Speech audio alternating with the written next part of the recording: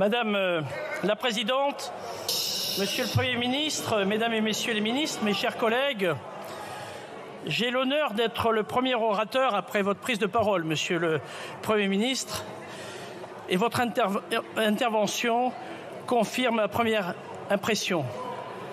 Votre talent, votre énergie est un atout dans la période que nous traversons.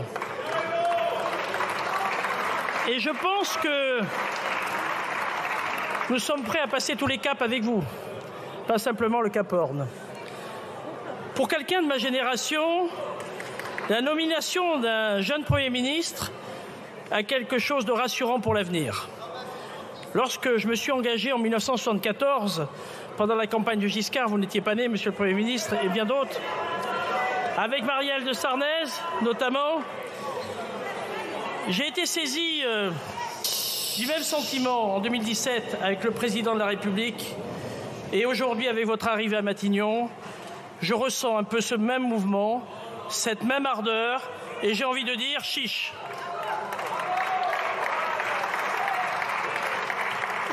Le discours que vous venez de prononcer s'inscrit sur ce chemin du dynamisme qui incarne l'esprit de 2017.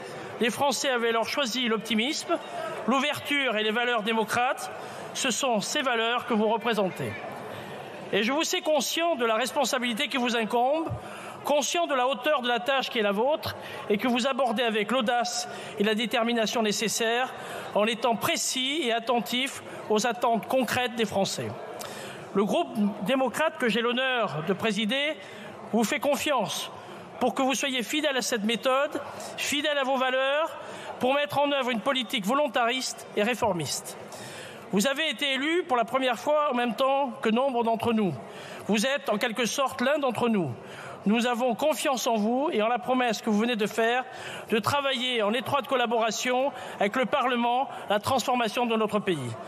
Notre groupe vous accompagnera dès lors que vous nous proposerez de travailler main dans la main pour des réformes utiles et justes.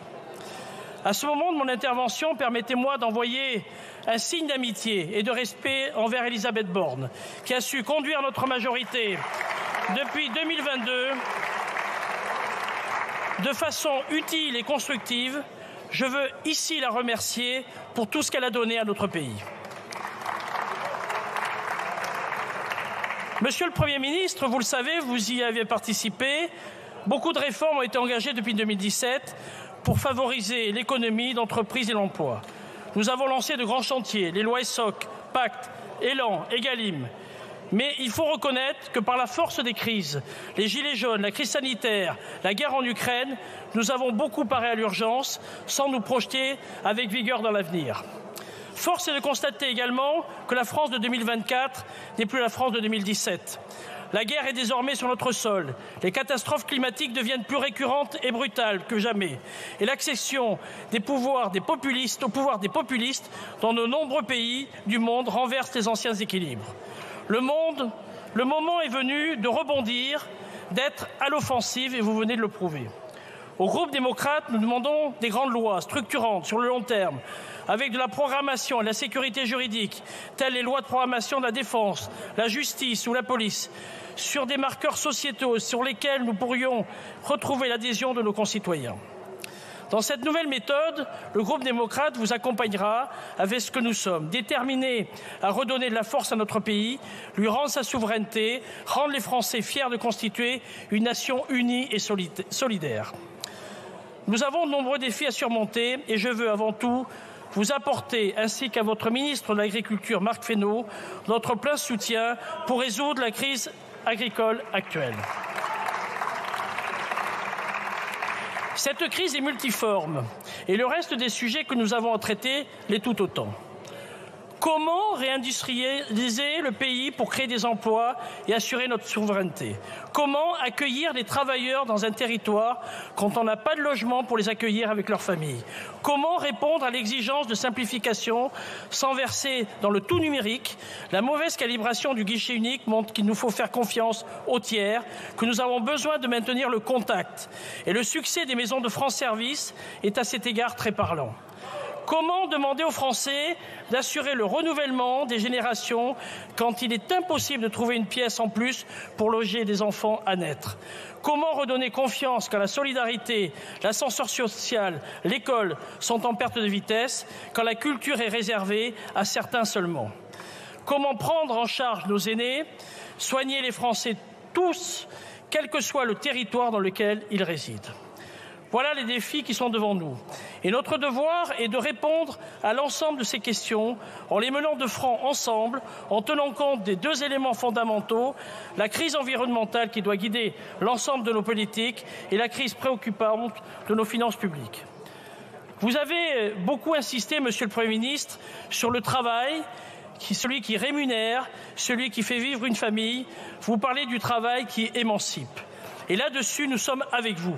Faciliter les formations, les embauches pour les entreprises, leur simplifier pour qu'ils passent plus de temps à chercher de nouveaux marchés ou déposer des brevets plutôt qu'à faire de la paperasse. Nous devons également nous interroger sur notre fiscalité, qui n'est plus adaptée au monde actuel. Agissons contre les inégalités, qu'elles soient sociales, économiques ou environnementales, sans pour autant briser les talons. Vous savez aussi, Monsieur le Premier ministre, notre grande préoccupation face à la crise du logement et de l'immobilier. Pour nous, au groupe démocrate, le logement est l'un des fils rouges de l'égalité des chances. De la naissance au dernier jour, le logement, plutôt que de représenter la première des inégalités, doit être un lieu d'émancipation. Alors oui, il faut absolument bâtir une politique du logement cohérente, humaine et adaptée à la société d'aujourd'hui. Les solutions existent, même si elles passent par quelques bouleversements, y compris fiscaux. Certains États du monde ont compris que pour réussir, il fallait gouverner à 30 ou 40 ans. En France, nous avons parfois pris l'habitude de gouverner à 30 ou 40 jours. Cela ne peut plus fonctionner. Notre horizon doit être celui de la génération. Il en est de même dans d'autres domaines, tels que la démographie. Année après année, nous voyons les naissances se tasser sans réagir. Aujourd'hui, nous avons un indicateur de fécondité au plus bas depuis la Seconde Guerre mondiale, hormis en 93 et 94. Cette question démographique ne doit pas être prise à la légère. Elle est cruciale pour l'avenir de notre nation. Notre contrat social, qui fait la richesse de la France, repose sur cet indicateur. Il fonde nos politiques de santé, d'éducation, nos politiques de solidarité. Agir pour la progression démographique suppose d'abord et avant tout de combattre avec une totale détermination les inégalités. Éradiquer les inégalités de destin, celles qui font que lorsqu'on est dans un certain quartier, dans un certain milieu social, sous certains noms de famille, on y est condamné à vie. Il faut une politique familiale et une protection de l'enfance ambitieuse, comme ce que nous avons bâti depuis 6 ans. La création d'une délégation aux droits de l'enfant au sein de notre Assemblée en est une belle illustration. L'éducation ensuite, qui est le cœur même de l'émancipation de tous les élèves. Tous les élèves doivent se prévaloir des mêmes chances dans toutes les écoles. Meilleur suivi des élèves, des classes à taille humaine, le métier de professeur revalorisé, tels sont les chantiers sur lesquels nous avons commencé à travailler ces dernières années et que nous devons poursuivre avec davantage de vigueur. Nous savons tous ici que la réussite du système éducatif dépend surtout du bien-être, de l'accompagnement et du nombre de professeurs. Encourageons les vocations, mettons en œuvre une vraie politique de formation, aidons-les à s'installer dans tous les territoires. Au-delà, un autre défi, et non des moindres, nous attend, celui du vieillissement massif de la population qui entraîne des défis immenses. Explosion des dépenses de protection sociale, besoin d'aménagement de la vie quotidienne, notamment en matière de logement, nouvelle exigence des services publics en termes d'assistance et de soins. Je souhaiterais aussi aborder, vous l'avez un petit peu fait, Monsieur le Premier ministre, les défis des territoires. Je parle de tous les territoires, d'Hexagone bien évidemment, mais également tous nos territoires d'outre-mer qui méritent une attention forte du gouvernement. Maintenir notre modèle économique et social suppose de mener une politique volontariste de réduction des inégalités territoriales. L'une des fractures les plus fortes réside dans l'accès aux soins. Sur les déserts médicaux, le compte n'y est pas, malgré tous nos efforts. Soutenons les médecins volontaires pour aller dans des zones oubliées. L'ouverture du numerus clausus est actée, mais reste insuffisante. L'exigence d'égalité territoriale, c'est aussi l'accès aux services publics avec une administration qui aide plutôt que de traquer et punir. Et c'est enfin en soutien à notre agriculteur, à nos agriculteurs. Comment accepter qu'après les lois Egalim, nous en soyons toujours au même constat? Nos agriculteurs qui nourrissent par leur force de travail les Français n'arrivent toujours pas à vivre décemment de leur activité. Ils restent coincés dans le fossé que la grande distribution a largement creusé entre le consommateur et le producteur. Vous venez encore à l'instant de faire de fortes propositions qui viendront s'ajouter aux grands textes à venir sur le renouvellement des générations. Je souhaite qu'elles soient de nature à répondre enfin à ce mal-être agricole profond, mais là encore, toujours avec une vision à long terme. Voici, Monsieur le Premier ministre, ce que nous croyons et ce que nous espérons pouvoir faire avec vous dans un contexte de grand bouleversement. Le plus grand bouleversement, nous l'avons tous en tête, le dérèglement climatique.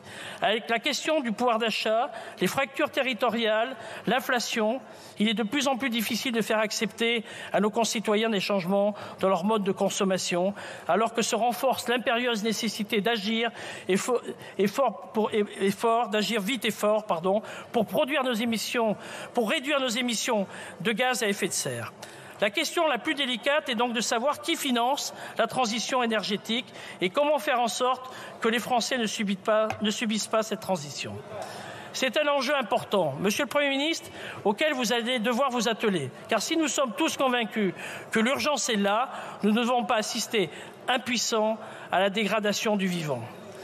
Notre partenaire le plus important sur ce sujet, comme sur l'agriculture, la défense, la solidarité, la santé, sera une nouvelle fois l'Union européenne. 2024 sera l'année européenne et j'ai confiance dans tous les démocrates pour mettre toute leur force dans la campagne des valeurs européennes. La liberté, l'état de droit, l'égalité, la solidarité. Et c'est encore plus important face aux grands bouleversements à l'échelle internationale, dont, je le crains, nous n'avons pas encore véritablement pris la pleine mesure. Ce sont bien évidemment les conséquences de la situation au Moyen-Orient, la détresse et les souffrances du peuple ukrainien ou encore les incertitudes liées aux élections américaines. Ce qui se joue est donc de renforcer, de consolider l'Union européenne. Les Européens doivent défendre leurs valeurs et leur mode de vie. Ils ne pourront le faire que s'ils s'unissent face aux grands risques mondiaux. Nous n'avons d'autre choix que de nous préparer, nous, Européens. Défendre nos valeurs européennes et démocrates, cela implique aussi de changer de méthode dans notre hémicycle. Monsieur le Premier ministre, je le disais au début de mon propos, votre nomination nous rappelle l'esprit de 2017. Et renouer avec 2017, c'est aussi renouer avec le dépassement. Dépassement des clivages, des antagonismes, des postures, dépassement au fond de nos vieilles habitudes. Le groupe démocrate défend depuis longtemps l'importance de moins légiférer, pour mieux légiférer en travaillant sur moins de textes, mais des textes plus structurants. Mieux évaluer aussi l'efficacité des politiques publiques. Je sais bien sûr que nos difficultés sont aussi liées à notre mode de scrutin, premier germe de la division. Ainsi, nous devons nous poser cette question pour raviver notre démocratie.